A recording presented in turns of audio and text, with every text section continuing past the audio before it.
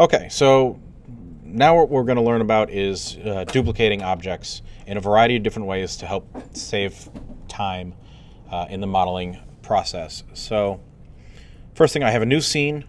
I'm going to go to File and Set Project. I've got my class prep project, which is what I'll just be working out of. Set. If you don't have a project already set, you can go to File, Project Window, click New, and create that. I'm going to save as this scene, and I'll just call it duplicate demo. Just want to get in the habit of saving your scenes, saving early, saving often. Duplicate demo, save as. Okay, so I've got a new scene. I'm just going to add a basic cube to start, and I'm going to translate it in the Y direction half a unit, just so that it's sitting on the floor. Doesn't really matter, it's just, it looks better. And just for, because it'll be easier to tell what's going on, I'm going to grab one of the faces and just do a couple of quick extrusions. Just so that we've got some variation here. So maybe scale that down, and then I'll extrude it out, and then I'll extrude it one more time. I'll just scale it up a little bit, and over, and then extrude it out again. And then, yeah, that'll be good. Okay. So I have an object, a random object, and we can copy and paste, Command-C, Command-V, just like you can in every other program. Okay, and I just have a copy of it. Okay, and the way that it pastes it in its own group as pasted cube 1. And you can, in the outliner, you can middle click and drag and move that out of the group and delete the group. It's not necessary. But just be aware that that is how Maya kind of works with copy and paste. That's one way you can get a new object that's the exact same. Another way is to duplicate it. And to duplicate it, you just hit Command D. Okay? And it will duplicate it on top of the existing object, so in the exact same position. You can see in the outliner, I now again have cube 1 and cube 2. If you prefer menus, you can go to Edit and Duplicate.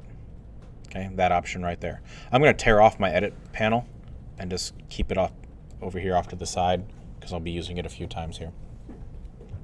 So that's duplicate. The next one that I want to demonstrate is duplicate with transform. Okay, and the way that this works is you have to have already duplicated once and then transform that object. Select this object. I'm going to duplicate it like I just did, and then I'm just going to move it along the z-axis a bit so it's separate. Now I can use duplicate with transform. Notice the shortcut for that is Shift and D. So Shift D, and you see it duplicates it again and applies the exact same transform that I just did. Okay? And so if you need a bunch of evenly spaced things, this is a very quick way to do that. So that's just with moving. If I undo all the way back. And again, it's a good idea to keep an eye on the outliner while you're doing this, so that you know, like, it looks like I only have one object, but you can see in the outliner I actually still have two of them. So I'm going to undo one more time and get rid of it, so I just have one. At another way that you can use this. You can use this with all the transforms at once.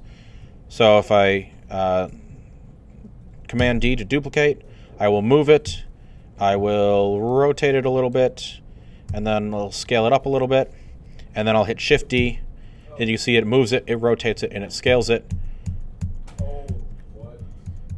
Okay, and you can just keep on going. So it gets kind of weird. But you can also see that it's doing it at relative distance. So even though at first I only moved it, 1.2 units or whatever it was, it's keeping it relative with everything else. Okay, so you can do all of those things all at once with duplicate with transform. Is duplicate and duplicate with transform. Let's say you have a bunch of screws or rivets that you want to add to a model and you want them evenly spaced. You can move one and then duplicate them all the way down. And those are the kind of the simplest duplicate options we have. But we also have duplicate special, which is pretty wonderful in its own right. So with duplicate special, you can be a lot more exacting with your duplications. So I'm going to open up the options for it. So click on that little options box there. And these are the duplicate special options that open. And I'm going to edit and reset my my options box here. It's always good practice to reset your settings every time you open up a tool, so you don't have some random checkbox that throws you off and makes things work in unexpected ways. But we have a bunch of different options besides just duplicating and transforming. We have geometry type, copy, or instance. And so what that is, if we just do a regular duplication, so I've got this object, I'm going to duplicate it with Command D and move it. Now if I select one object and, whoops, say I grab this face and I just want to move the face, that's fine, and then my duplicate is still the original form. If instead I say geometry type instance and click apply, okay, now if I grab my original object, you can see that both objects are highlighted. And if I move one, they both respond. Okay, so we have copies and instances. A copy is like if you go to a photocopier and you make a copy and now you have two copies of a document and you rip one up, the other one is still intact. An instance is, I don't even know what that analogy would lead to for instance, but if you edit one, if you rip up one, they both get ripped up, okay? You're still editing, both forms, okay? They're all referencing the same original object. So I can make my duplications and then realize, you know what? I think maybe this face, let's make another extrusion here and maybe scale it down and add a little extra there.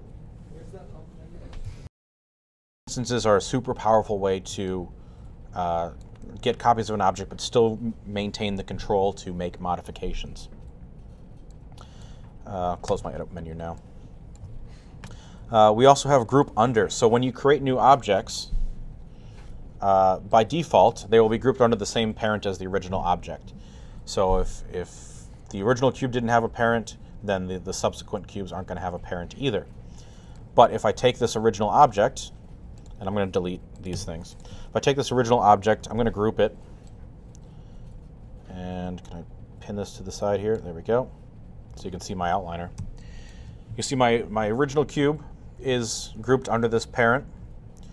Now if I duplicate that cube, its duplication, or in this case its instance, is also grouped in that same group. Okay, so that's what group under parent. Group under world will ignore the parents. So if I undo the duplication, just set it to world and click apply, you can see now that cube is grouped just under the world and not in the initial cube's group. And then you can also set it to new group. Okay, if I click apply, now there's a new group created in the existing group with the new object. Okay, I generally keep it grouped under parent, but use whatever makes sense for your individual needs. So up next we have translate, rotate, and scale, and number of copies. So translate, rotate, and scale, we have 3 columns, and that refers to the X, Y, and Z directions. And this is where you can type in specific numbers. Let's say I want each duplication, I want it to move 3 units along the X-axis. And each one I want to rotate 45 degrees around, we'll say also the X-axis. And we'll keep the scale there. And then I'm going to click number of copies. Number of copies does not include the original. Okay, so if you know you need, let's say you need 10 of something, then you want 9 copies because you already have the original. So let's say number of copies we'll set to 7. So I'll have 8 total. I'm not going to worry about any of these other options. I never really do. Okay, I'm just going to click apply. And now you can see what it's done. Is each duplication, or in this case instance, because I have it set to an instance, has moved it 3 units along the x-axis, and then has also rotated it 45 degrees around the x-axis. Now it's not, if we look at it from the side here, you can see that it's not rotating around the center of the object, and that's because if we look at where the pivot point is, oh no, it's, wait, oh, I'm in the group. Because I duplicated the group and not the object. You can see the pivot point of the group was at the bottom, so it's rotating around the bottom point and not the center. If I undo that duplicate special, I'm also going to get rid of the group. Okay, so I just have the cube, and now I hit duplicate special. You can see that it's done that in a straight line. Okay, and again, these are all instances. So if I need to make a change, let's say I want this part here to be skinnier, I can select that face loop and just scale it down, and it will adjust on all of them. So that's what duplicate special can do. I want to show one more really useful thing you can do with it. So I'm going to undo back. Okay. Thing you can do with duplicate special. I'm going to select my base object, and I'm going to rotate it. Let's see, let's rotate it -90 along the Z. And then I'm going to move it up so it's sitting on the floor. Okay. Now I'm going to move the pivot point around. So if you remember, you hold down the D key and you can move the pivot point. I'm going to turn on point snapping up here and snap that. Hold down D and it will allow you to move your pivot point around. I turned on vertex snapping up here so that I can snap it down to the base of the object. Then I'm going to turn off vertex snapping and turn on grid snapping and snap it down to the grid. So now it's sitting flush on the grid. Okay. That's a good thing if you want to like set something on a table and you want something exactly setting on a table. That's the process that I use. Okay. Now what I want to do is I'm going to move this out away from the center. And I want to keep the pivot point in the center. So I'm going to, again, press D and move the pivot point to the center of the scene. Okay, so the object's out here, the pivot point's in the center. You could also do this like we did in week 1 with the solar system by just grouping that object, and it will snap the pivot point to the center. They both work. I just don't want to deal with extra groups. That's why I'm doing it this way. But either way you get there, I've got an object off center, and I've got a pivot point in the center. Off center, this is probably the coolest use of duplicate special. I'm going to open up my options again, and I'm going to reset. So edit, reset settings. I want this to be an instance, and I want to rotate, let's say 10 degrees around the y-axis. Where do you reset?